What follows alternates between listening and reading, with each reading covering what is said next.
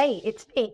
So I have an interesting and yet first time podcast type for you today. It is called Preparing for the L3, which, if you read my book, stands for Live Like a Local. And for those of you who don't know me all that well, Live Like a Local is a project that my husband and I underwent a couple of years ago where we decided that part of our monthly, or should I say yearly planning, would be to live in a different country for as long as we could and live like a local. So last year, as you may or may not know, we lived in Paris for 6 weeks and we worked from there. We continued our life as we would here, except that we lived there.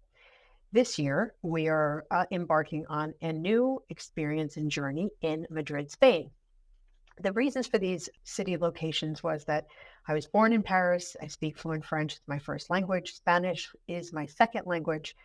And I grew up when I was living in France as a little girl with two grandparents that were from Madrid. And I have yet to visit that city. So this is my first time, not my husband Steve's first time, but we haven't been to Spain in over 20 years. So it's time. We've been to Barcelona, we've been to Costa Brava, to the east side and the beautiful seaside towns on the East Coast, but never to Madrid. So this is a first. The thing about living like a local is that you really have to do a mind shift. And whether you're doing this in Arizona or Hawaii or Europe, you have planning that needs to be done in order for it to be successful. So I kind of wanted to break up the approach that I am going to take for becoming an L3 participant and doing it well. And that breaks down into, what does my day look like? Well, very interestingly, last year when we were in Paris, because we were 6 hours ahead, I got so much writing on my book done because somehow there was freedom and creativity around knowing that no one was going to email me or call me or request a Zoom meeting. And I had those precious hours to do nothing but think and write. And I did.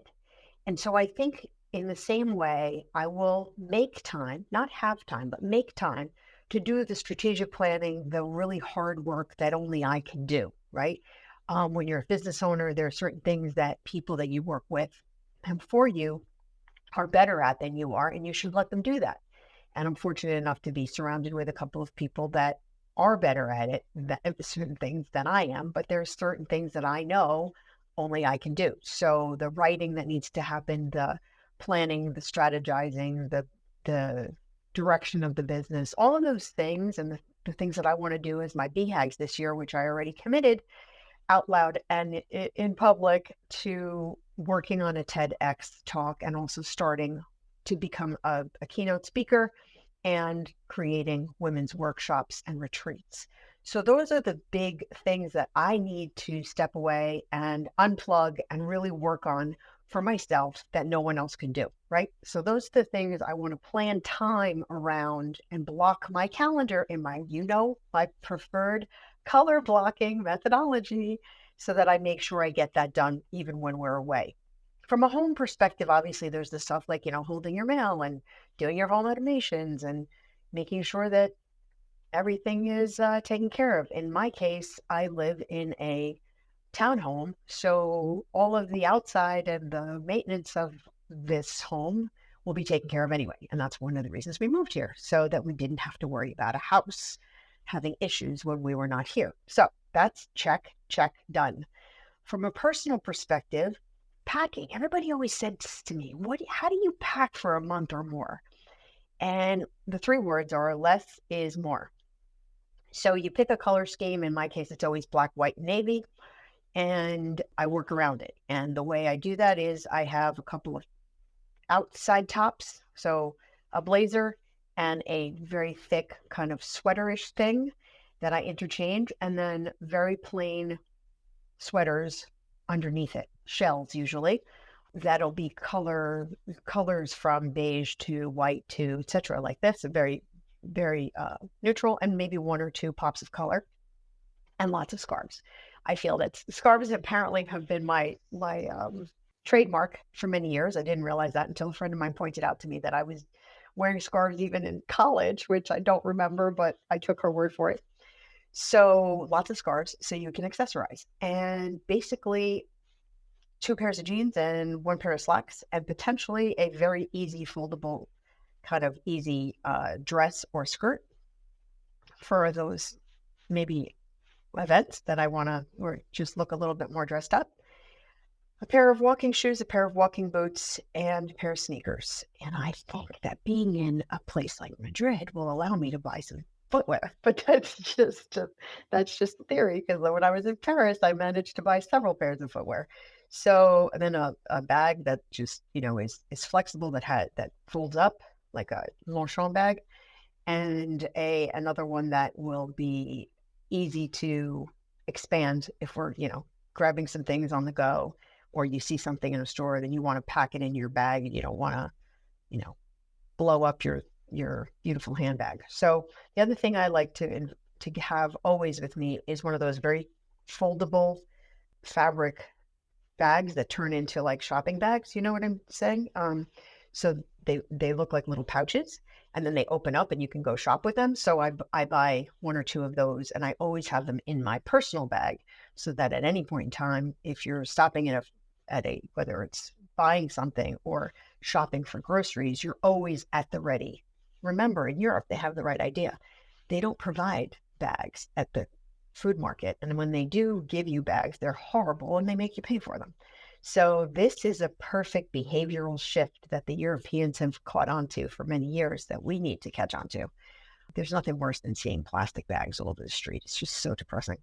Then in terms of language, well, I decided I would go on a translation app and make sure that I have like some really great key phrases and paragraphs where that I know that I'm going to use over and over again, that I want to make sure that my tenses and my grammar and everything else is good, because I'm a little rusty, I'll be honest. So a tiny bit nervous, not very nervous, but I'll make it work. So some sentences that you want to have, like, when will the next bus be arriving? Or where is the closest, I don't know, whatever the question is. When will the museum open? Whatever I'm going to develop as questions, I want to have them at the ready, practice them, memorize them, and then dismiss them. So that's the language thing. And then the last and not least thing is, what do I bring in terms of books, reading, etc.? I definitely am going to bring my journals. I have different journals for different things. I have a journal for my podcast when I'm inspired to, either when I find somebody or a topic that I want to follow up on, I put it in my podcast folder journal.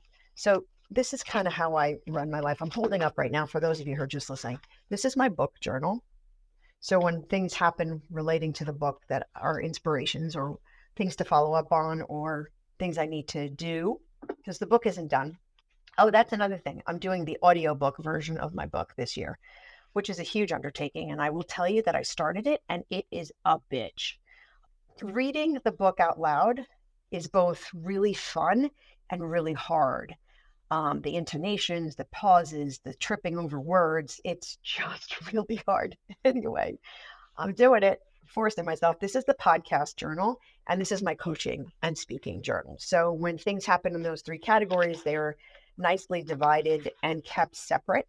And then I did download the Make 2024 Your Best Year Ever from Mel Robbins. Thank you, Mel. So I will make sure that I'm on track. And then the books that I want to read, I want to become a little more conversant in the world of wine. So I'm reading this great book. I went to see the author. It was an author presentation called Cork Dork by Bianca. I'm forgetting her name. I'll get it upstairs. Anyway, Cork Dork, she's a New York Times bestselling author, and she really has sort of helped me re-engage with wine and the beauty of tasting it and exploring it and understanding the varietals and the regions and the whatever. So I think that's going to be fun. And we have a bike tour planned for May to be in Bordeaux. So knowing that region specifically, and other reds and well, actually all wines, but specifically French, would be great. And I made a commitment to get to know some Spanish wines while we're there also. So I would just become a little bit more well-rounded in my, I forgot the word for wines. enophile, something like this. Anyway, so those are the commitments and the planning things that I need to do for my L3. I hope you didn't find this too tedious. Hopefully, it'll help you as you plan your. The takeaway is plan your life and be intentional about your trips. Be clear about what you want to get out of them so that you don't come home from a trip kind of like, oh, I need a vacation from my vacation. You want to you want to feel like you really did something for yourself and that you came back a better version of yourself, whatever that takes. So for me, it's a blend of play. Clearly, I'm not going to tell you I'm not going to play. I'm going to be playing while you guys are sleeping. So that's a given. You know, there's a couple hours each day where I will be able to do that. And there's a shifting in my day, which means when I get up, I can do the hard stuff and do the planning and the writing and all that stuff. Then I can go to the gym and then I can go play for a couple of hours, have a great lunch, come back, and then be fully geared up for your day, which means that I'll work into the night in Madrid, which is fine. That's what I've committed to. So it's just a time shift, it's a mind shift. And when you plan vacations or trips or things like this, and maybe you're getting your feet wet and you're doing L3s in a smaller, maybe more condensed time frame and you're building up to a longer time frame, just be clear about what you want to get out of it and how you want to be, how you want to show up, and who you want to be. So I just leave you with those words of encouragement, and I wish you the best as always, rooting for you, thinking of you, love you. Be good. Make it a great day. Make it the best year to date. Thank you for listening.